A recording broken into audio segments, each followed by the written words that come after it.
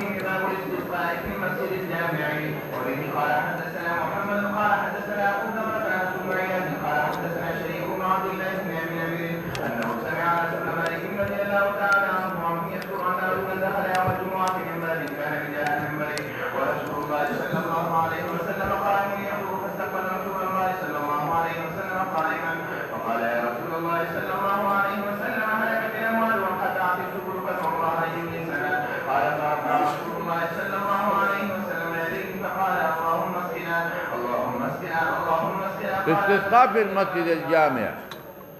ما د زیارت پر ورځ د استسقاء څو صورتونه ویلي د تدریج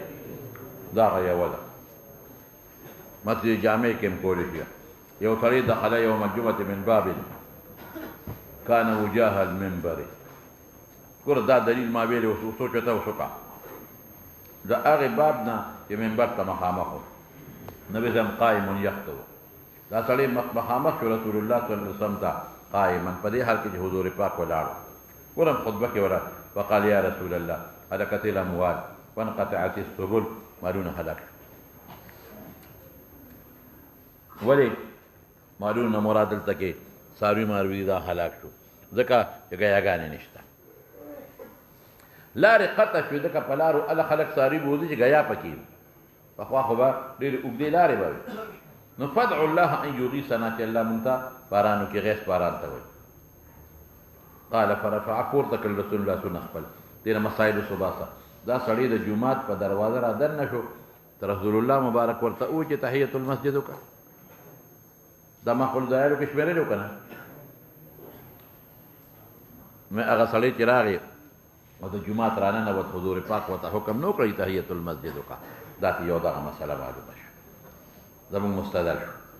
دویم چې څه معلومه شوه چې امام په خطبه ولاړ یو څوک ترې د دیني مسلې تپوس کوي یا داسې دعا ترې غوي غوښتی شي. دریم رفع یدیه لاسونه د جمعې په خطبه کې دعا کول د باران داسې ثابته شو اللهم اسقنا اللهم اسقنا اللهم اسقنا. قال انس فلا والله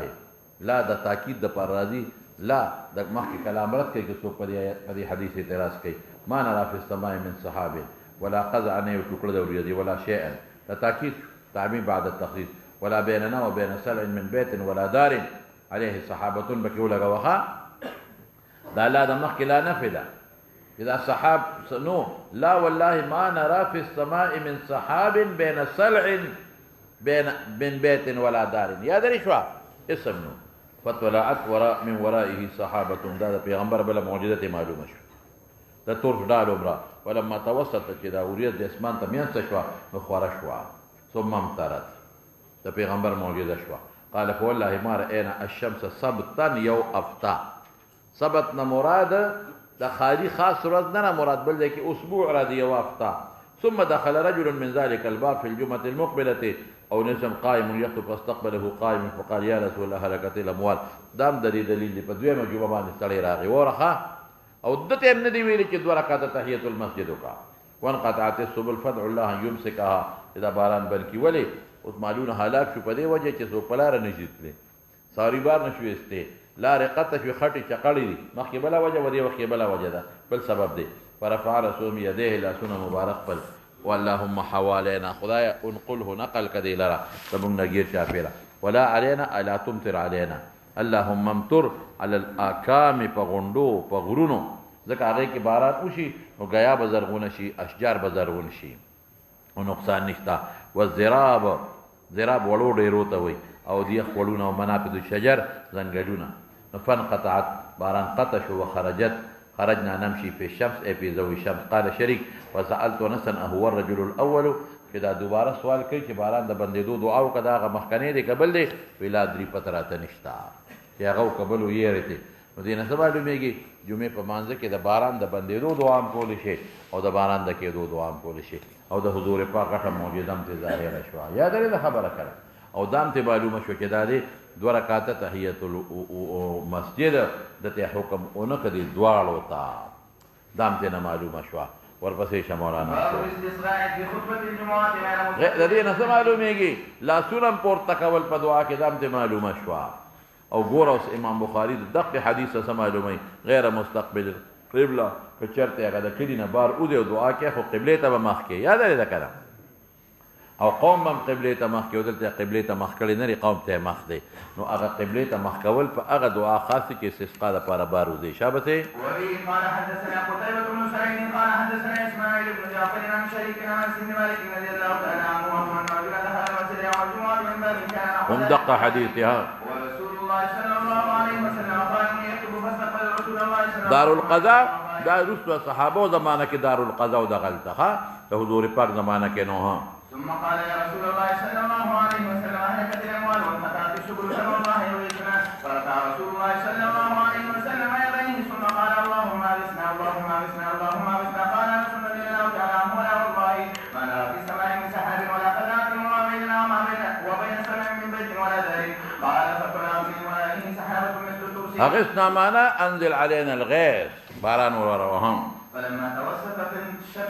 انتشرت ثم أمطرت فلا والله ما توسطت ميتش وخورش وهم ثم دخل رجل من ذلك الباب في الجمعة ورسول الله صلى الله عليه وسلم قائم يخطب فاستقبله قائما فقال يا رسول الله صلى الله عليه وسلم هلكت الأموال وانقطعت السبل فدعوا الله يمسكها عنا قال فرفع رسول الله صلى الله عليه وسلم يديه ثم قال اللهم حوالينا ولا علينا اللهم عليك المزراب وبطون الأرض اکان غنډې زراب واړه غرونه ها قال فأخالت وخرجنا نمشي في الشمس قال شريك فسألت أنس بن مالك رضي الله تعالى عنه وهو الرجل الأول فقال ما أدري باب الاستسقاء على المنبرين وبه قال ګورل ها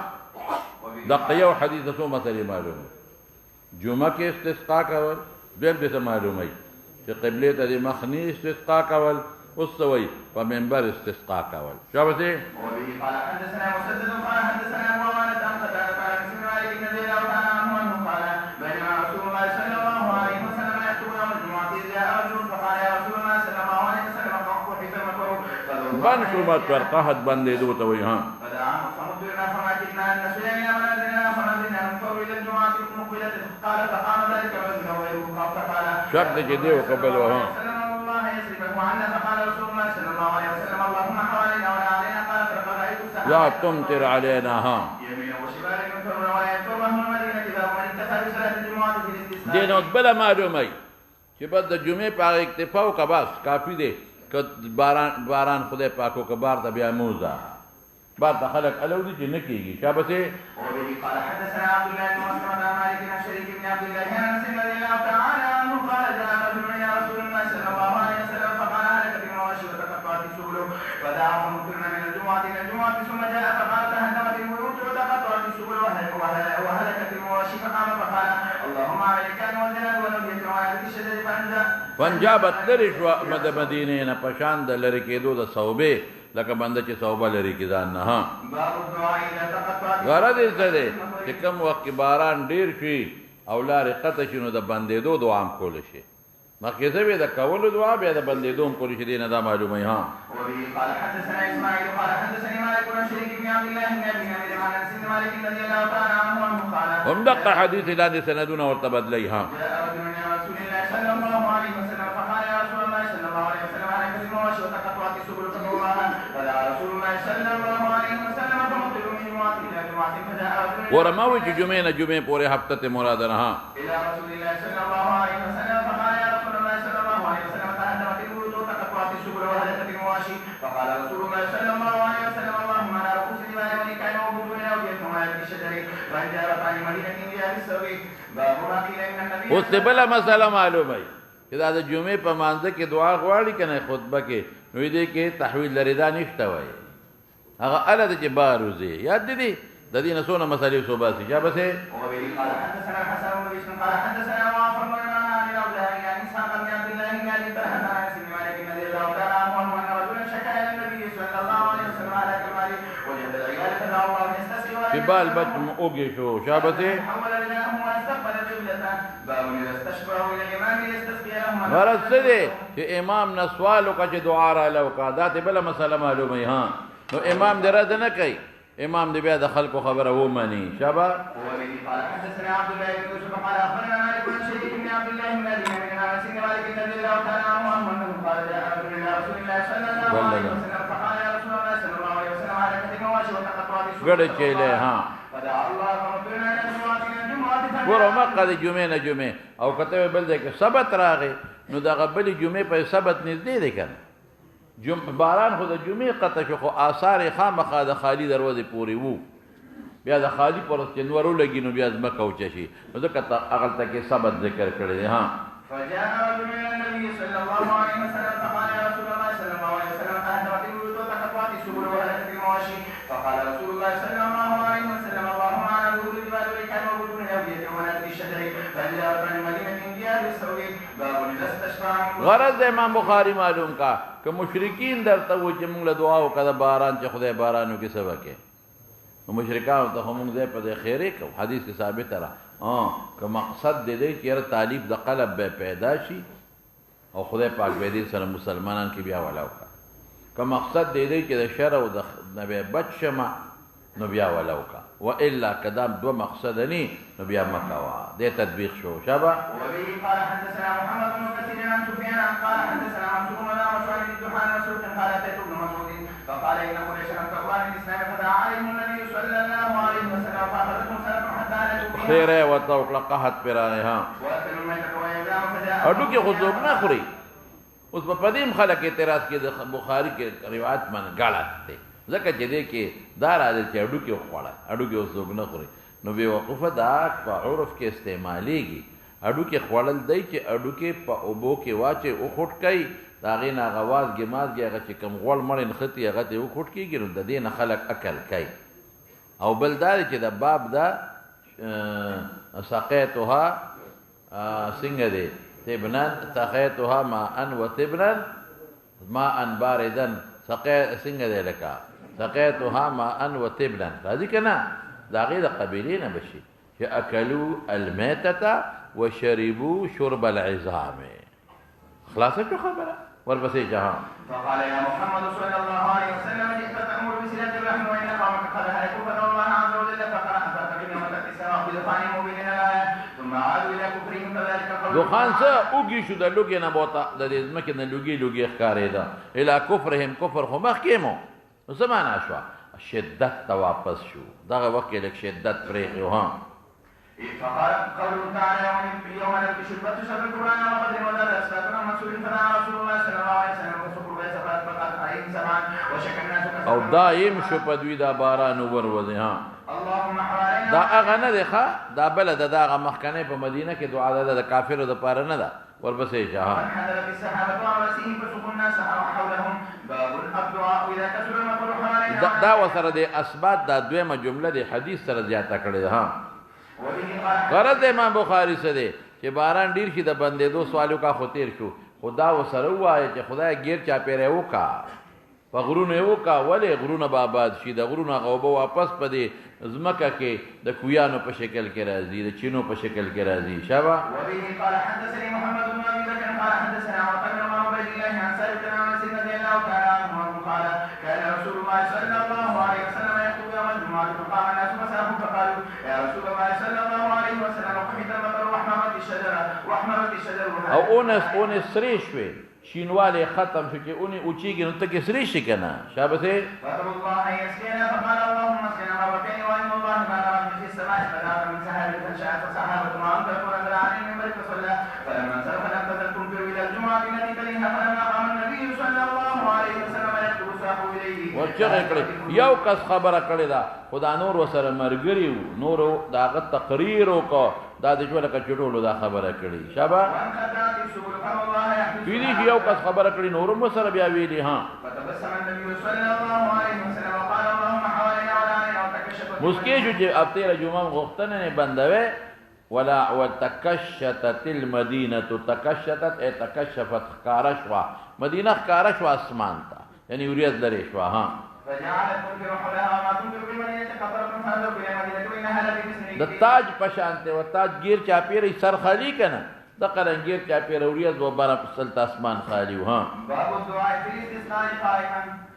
اوس دې بل مسله معلومه وي ورسونه مسله وباسي چې په ولاړه دعا کولې شي په استسقا کې جمعې په خطبه کې منبر کې ولاړو دعا لکینه ناسته ها وقال لنا ابو نعيم عن زهير عن اسحاق فرجع عبد الله بن يزيد الانصاري وخرج معه ضرب وادي من بيت المعظمه فاستسقى فحملهم على رجليه على بيت من بين فاستسقى ثم صلى ركعتين يجر بالقراءه والجواز ولم يحب قال ابو اسحاق وراى عبد الله بن يزيد النبي صلى الله عليه وسلم وبه اذان مولا نه دی کړي اقامت نه بد جمعه مستکنه بدغه کافی دی کنه ها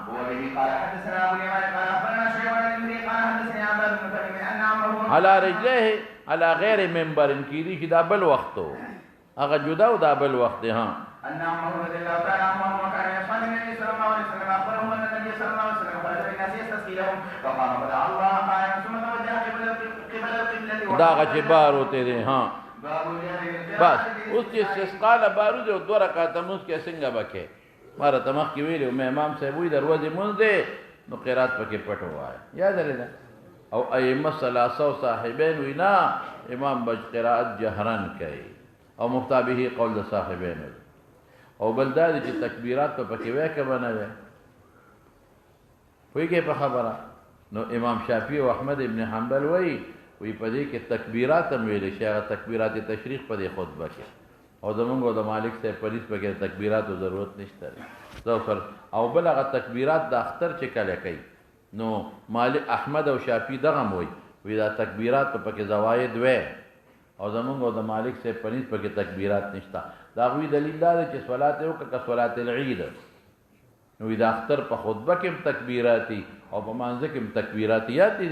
نو دې کې به کې امون وایو تشبیه د صلات العید سره په 2 رکعاتو کې په جهر د قرائت کې کوي دا اوس مخکې وبه قال حدثنا ابو نعيم قال حدثنا ابي بن الزهري عن عباد بن تميم عن عمرو رضي الله تعالى عنه قال النبي صلى الله عليه وسلم يستسقي فوجهه من الذي يدعو وحول رداءه ثم صلى ركعتين يدعو فيهما بس نو چې جا ک تکبیرات پکې وي نو لازمن به راغي ذکر کاو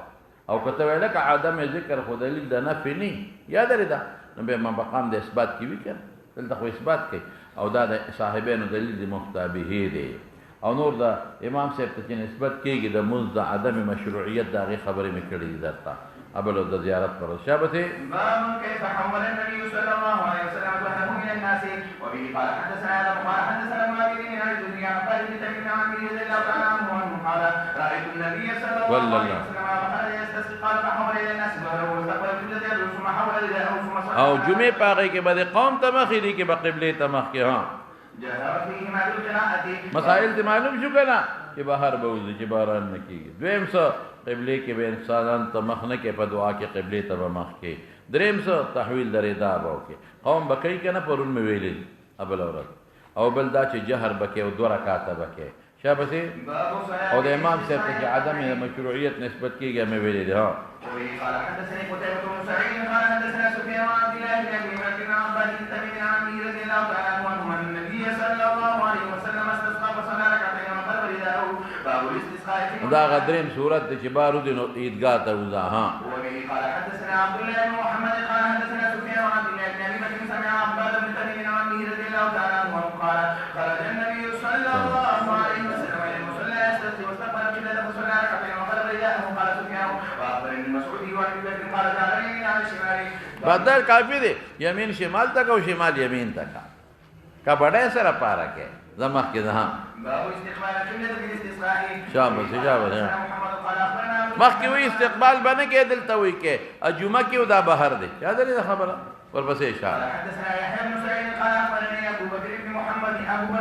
محمد ان عباد بن تميم اخبره ان عبد الله بن زيد الانصاري رضي الله تعالى عنه اخبره ان النبي صلى الله عليه وسلم خرج الى المصلى يصلي وانه لما دعا او اراد ان يدعو استقبل القبلة وحول اليه قال ابو عبد الله بن زيد هذا مزيد ونول الكوفي هو ابن يزيد باب رفع الناس ايديهما على الامام غرض یې څه دی چې په جمع د دعاو کې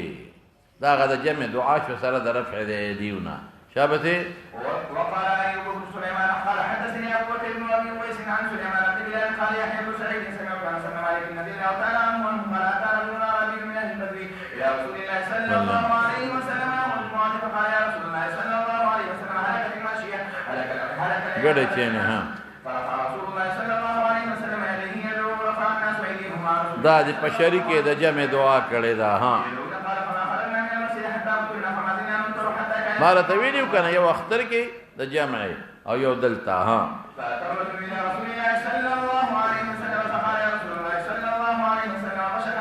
بشقه یا بشقه دواړه ویل شي مسافر ته تکلیف ته پلار نشي ته تکلیف کې پریوته ها استړې شو پلار نشي ته ها وقال الويسي قال حدثني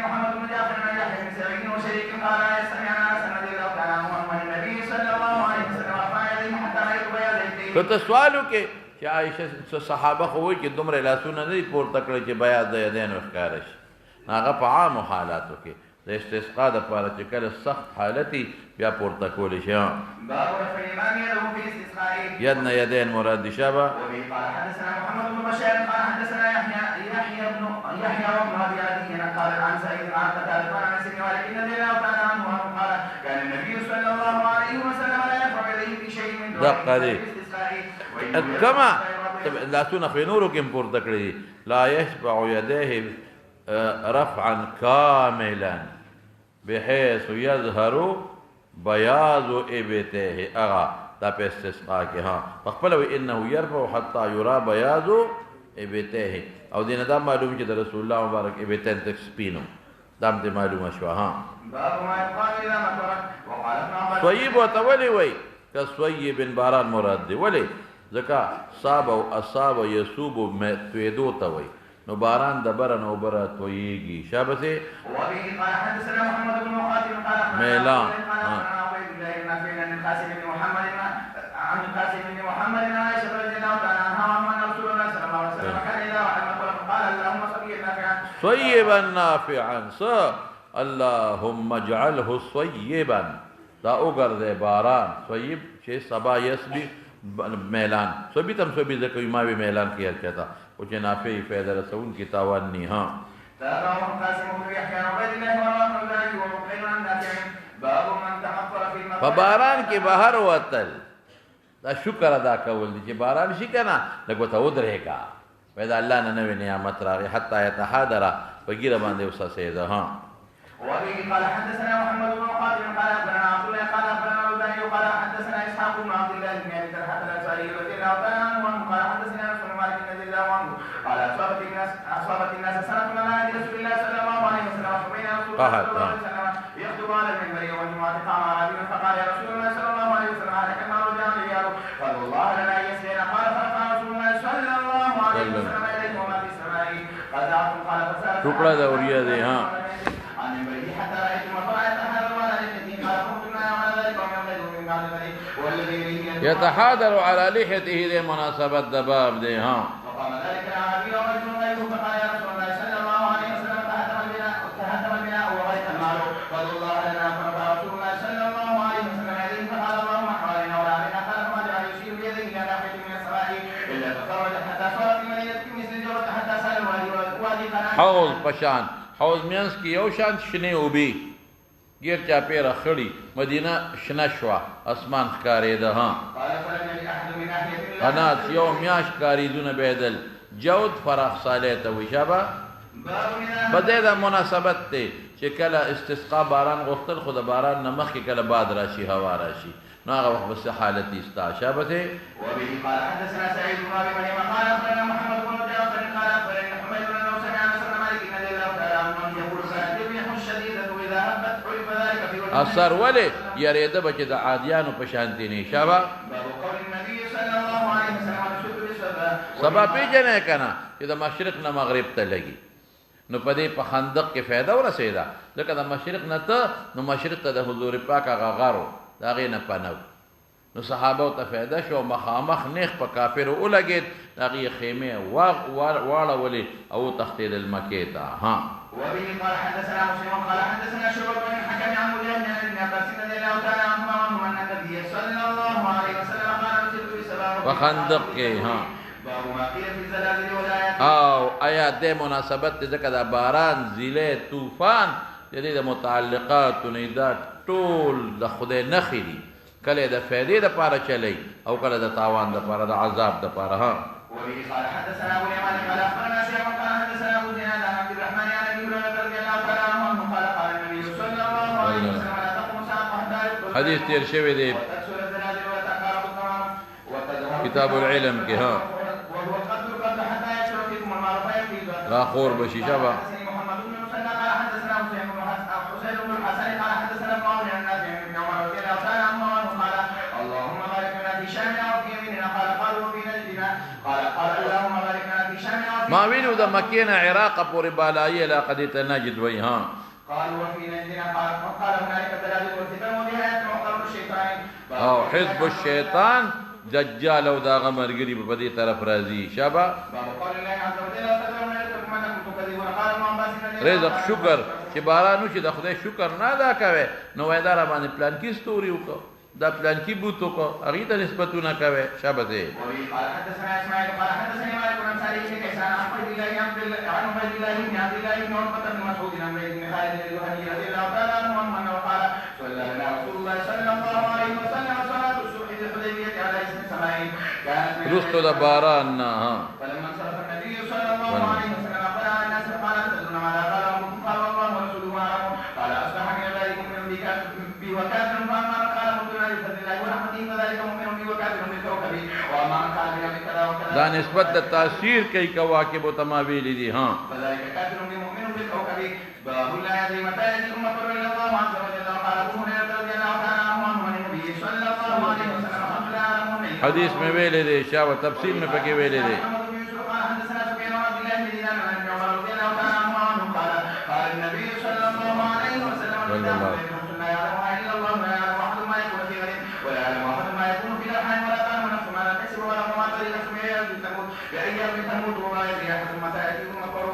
او خاتمه د کتاب ته تموتو کے اشارت شوخا پیگے پکنا بس بکو مولانا سے صلی اللہ تعالی علی سیدنا مولانا محمد فرض منس کې فرض د قیام دغه قیام په نفلی منځ کې نه نفل کې توسع د نفلونو کې هیڅ څه نشته درې میاشتې نه سخت بیمار دی نکړي الله دې ولا روح صحت ورکړي دا ټول دعاګانې دې الله ټول دعاګانې قبول کړي الله دې ټول قبول کړي پګړې کې نماز به اعتبار ثواب هیڅ فرق نشته دا حدیث پکې موضوعي دي خطبه علی المنبر بغیر